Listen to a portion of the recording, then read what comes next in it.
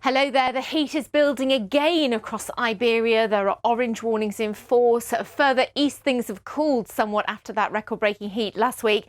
We've got red warnings out for a Bora wind through the Adriatic and through parts of Croatia. And we've got a lot of heavy showers and thunderstorms here, right the way down to the Greek islands and encroaching into Turkey, and right the way up towards the Baltic Sea states and further east again.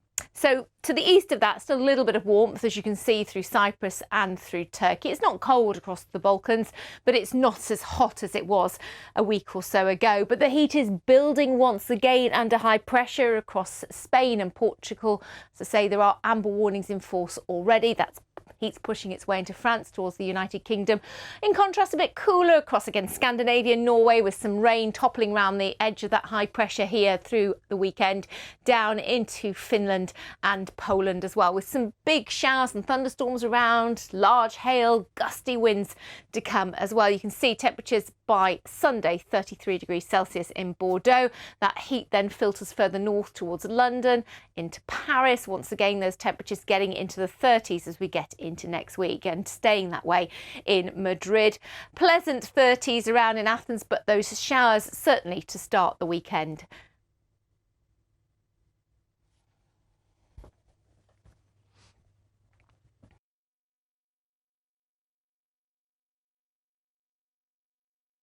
Now showing on BBC Real. While Thomas Edison may be known as the man who invented the light bulb, it can be argued that Nikola Tesla's the one who turned it on. Tesla's innovation, the genius of it, was his invention of ways to generate alternating current. And alternating current turned out to be very good for making machines run. After plugging the world in, Tesla began inventing a fantastical future.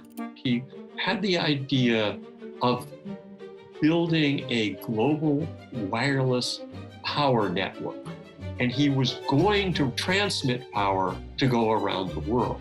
Even though Tesla's wireless future didn't get realised in his lifetime, he still went on to change the modern world. He was one of the most useful and successful men who ever lived. Watch more stories like this at bbc.com/real. Taking a stand or taking a profit? From climate change to racism, gay rights and the war in Ukraine, just why do companies feel the need to get involved in the big social issues of the day? And how much of a risk is it to making a profit? Join me, Aaron Hazelhurst, on Talking Business Weekly, here on BBC World News. Billie Jean King won 39 Grand Slams on her way to completely dominating the sport of tennis. But it was in her parallel career as a social activist that she left a legacy which will be most widely felt. Join me, Amal Rajan, on BBC World News.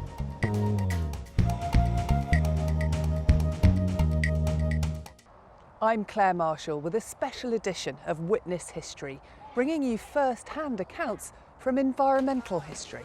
Nobody knew the extent to which the forest is actually destroyed. The only thing we could do was to keep fighting. Join me for Witness History on BBC World News.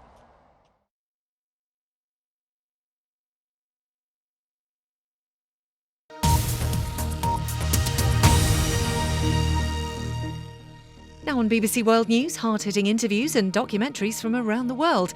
Newsnight with stories making the news this week. An extraordinary time in UK politics as Boris Johnson has announced his resignation as British Prime Minister. I want you to know how sad I am to be giving up the best job in the world.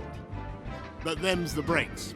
It's 40 years this week since Terence Higgins died, the first named death from AIDS in the UK.